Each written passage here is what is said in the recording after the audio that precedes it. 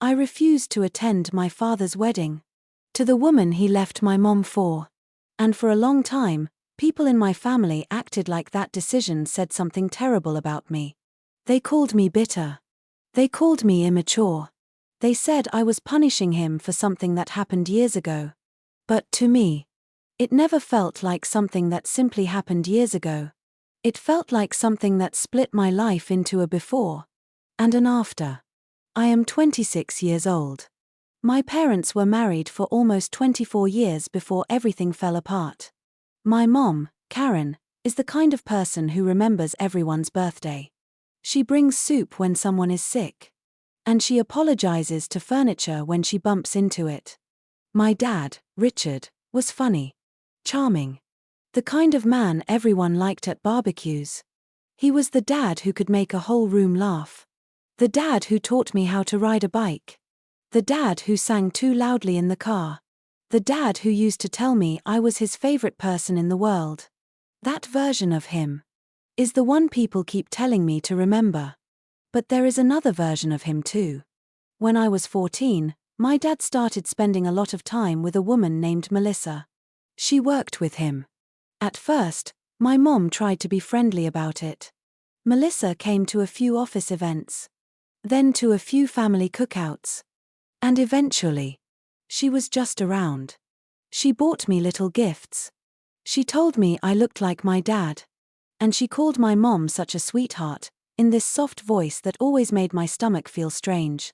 I did not have the words for it then. But I knew something was off. My mom knew too.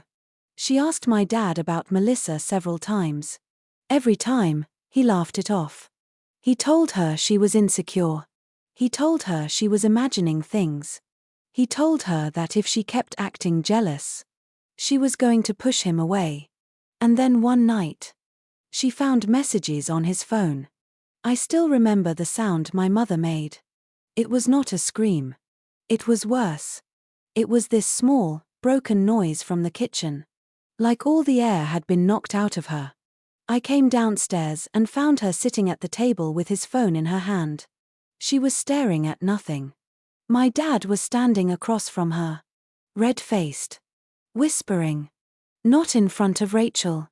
That was the first time I realized adults could be cowards. He moved out 2 weeks later. He told me it was not my fault. He told me he loved me. He told me adults were complicated. And one day I would understand. Then he moved into an apartment with Melissa less than a month after that. My mom did not fall apart in public. That is what everyone remembers. She went to work. She paid the bills. She took me to school. She smiled at the neighbors. But at night, I heard her crying in the laundry room. Because she thought the dryer would hide the sound. My dad, meanwhile, acted like we were all supposed to adjust immediately. He wanted me to meet Melissa officially. He wanted weekend dinners. He wanted holidays split neatly down the middle. As if the only thing that had changed was an address. I tried for a while. I really did. I went to their apartment twice. Melissa cooked pasta and acted like a hostess in a home that had been built on my mother's humiliation. She asked me about school. She called me sweetie. And she told me she hoped we could be friends someday. I remember staring at her necklace and thinking, this woman sat at our table. She smiled at my mom. And she lied to her face. After that, I stopped going. My dad said I was being unfair. He said Melissa was not the enemy. He said marriages end all the time. He said my mom and I were making him feel like a criminal for choosing happiness. That became his favorite phrase. Choosing happiness. He used it when he missed my choir concert because Melissa had a migraine. He used it when he forgot my 16th birthday dinner and sent a text the next morning. He used it when he stopped paying for half of my school activities because he had 2 households to think about now. Even though one household only existed because he blew up the first one. By the time I graduated high school, our relationship was polite. But hollow. He came to my graduation with Melissa. My mom sat on one side of the auditorium. My dad sat on the other. When I walked across the stage, I looked for my mom first. That hurt him, apparently. He told my aunt later that I had chosen sides. The truth is, I did not choose a side. I chose the parent who stayed. In college, I spoke to him maybe once a month. Sometimes he sent money when I needed books. Sometimes he forgot. Sometimes he called and talked mostly about himself. Melissa would occasionally text me on holidays. Always with some overly warm message like, "Hope you know you are loved by so many people." I never replied. My mom never asked me to hate him. Not once. She actually used to encourage me to answer his calls. She would say, "He is still your father, honey." But I could tell that every time his name appeared on my phone, her face changed for half a second. She tried to hide it. But I knew. A few months ago, my dad called and said he had news. He sounded nervous. But excited. I thought maybe someone was sick. Instead, he told me he and Melissa were getting married. I did not say anything for a few seconds. He rushed to explain that they had waited a long time because they wanted to be sensitive. He said enough time had passed. He said life is short.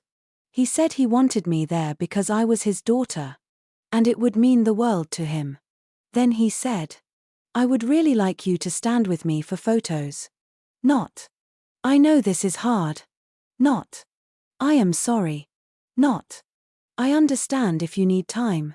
Photos. I asked him if Mom knew. He said, "I assume someone will tell her." That sentence made my decision for me. I told him I was not comfortable attending. He went quiet. Then he asked if my mother had put that in my head. I told him no. And honestly, that made him angrier. He said I was 26 years old and still acting like a child of divorce. He said I could not punish him forever. He said Melissa had been nothing but kind to me. And that I was being cruel. I said, "Dad, Melissa was kind to me while she was helping you lie to Mom. That is not kindness. That is performance." He hung up. For 2 days, nothing happened.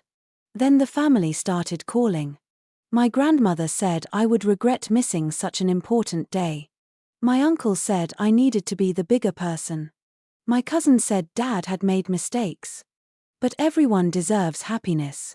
Melissa's sister, who I barely know, sent me a message that said, "Your father has carried enough guilt. Please do not ruin this for him." That one made me laugh in a way that scared me. Ruin it for him?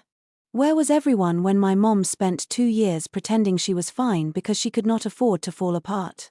Where was everyone when I was 14 and trying to decide whether to comfort my mother or answer my father's texts? Where was everyone when he skipped birthdays, forgot commitments, and then acted wounded because I was distant? I did not answer most of them. But then my dad called again. This time, he was crying. He said he missed me. He said he knew he had not handled everything perfectly. He said he wanted a fresh start. For 1 second, I softened. I wanted to believe him so badly. I wanted the father from my childhood to come back. The one who sang in the car. The one who made pancakes shaped like hearts. Then he said, "If you do not come, people will ask questions." And there it was. He did not want healing. He wanted optics. I asked him one simple question. "Have you ever apologized to Mom without explaining why you were entitled to hurt her?" He sighed. Like I was exhausting him. "Rachel, your mother and I had problems long before Melissa." Maybe they did. I will never know everything that happened inside their marriage. But I know this. My mother did not deserve to be lied to. She did not deserve to be humiliated. And she did not deserve to be replaced in slow motion by a woman who smiled in her kitchen. So I told him no again. The wedding was scheduled for a Saturday in early fall. I spent the weeks leading up to it feeling like I was carrying a stone in my chest. Some mornings, I woke up sure I was doing the right thing. Other mornings, I wondered if I was being cold. I imagined him looking for me in the crowd and not finding me. I imagined the empty space where his daughter should be. Then I remembered my mother crying next to the dryer. The night before the wedding, Melissa texted me. I almost deleted it without reading. But curiosity won. She wrote, "I know you think I stole your father from your mother. I hope one day you understand that love is complicated. I have always wanted peace with you. Tomorrow is important to him. Please do not let old pain control your life."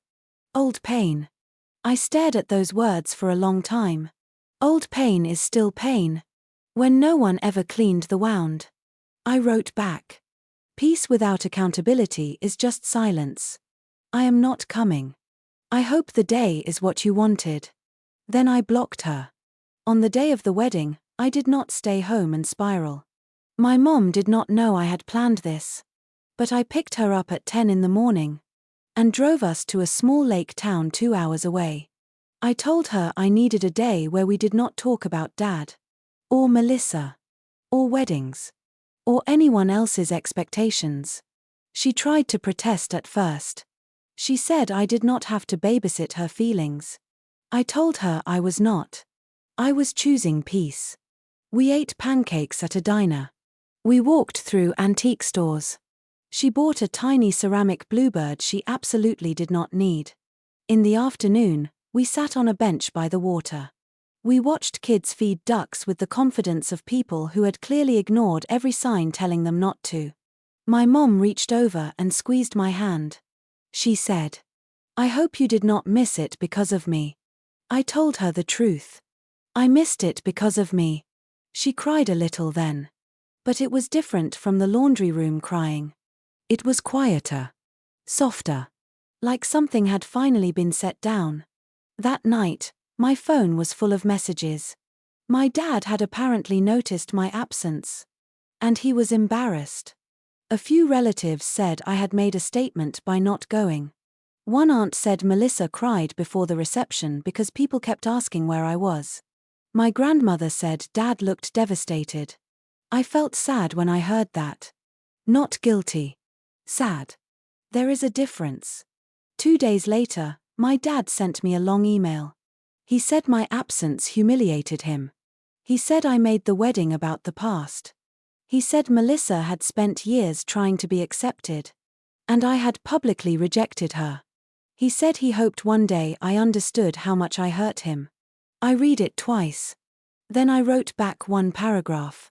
"Dad, I did not make your wedding about the past. Your choices did. I am willing to have a relationship with you. If it is based on honesty, accountability, and respect for what happened. I am not willing to pretend your marriage began cleanly just so other people feel comfortable. I hope you are happy. But I will not perform forgiveness for photographs." He did not respond. A week later, my cousin told me something that made the whole situation even clearer. Apparently, during the reception, my dad gave a speech about second chances. And how love finds its way home. He thanked Melissa for being patient while everyone adjusted. He never mentioned my mom by name.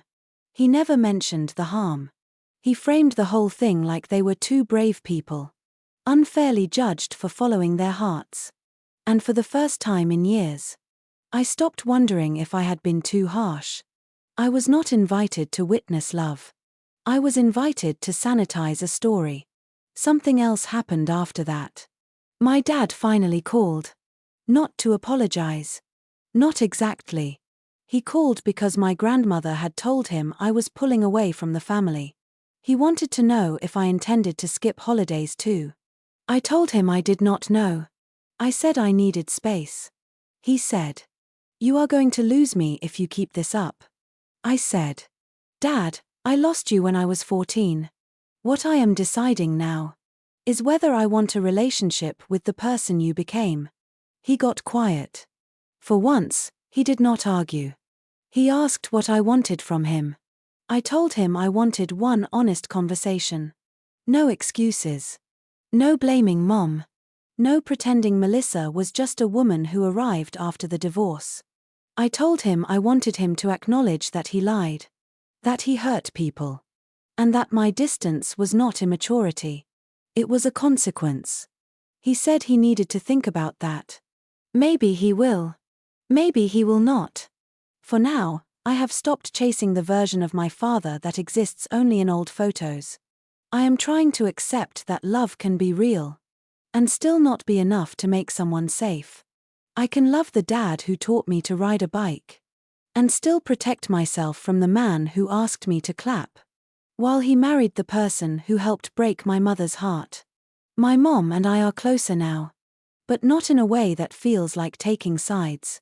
It feels like choosing truth. She has started painting again. I started therapy. And I muted a lot of relatives who seem more upset by an uncomfortable empty chair than by the betrayal that created it. I did not go to my father's wedding. Not because I wanted to punish him. Not because I wanted to embarrass him. I stayed away because being there would have meant pretending that what happened to our family was just a chapter everyone was ready to close. And I was not ready to smile in pictures. That would make the story look cleaner than it really was. Maybe time will soften some of this. Maybe one day, my father and I will have a different kind of conversation. One that is honest. Instead of polished for other people. I do not know what the future looks like yet. But I know this. I made the decision I could live with. I chose not to betray myself just to make everyone else comfortable. And for now, that has to be enough. A story that could happen to anyone. Love, betrayal, and second chances.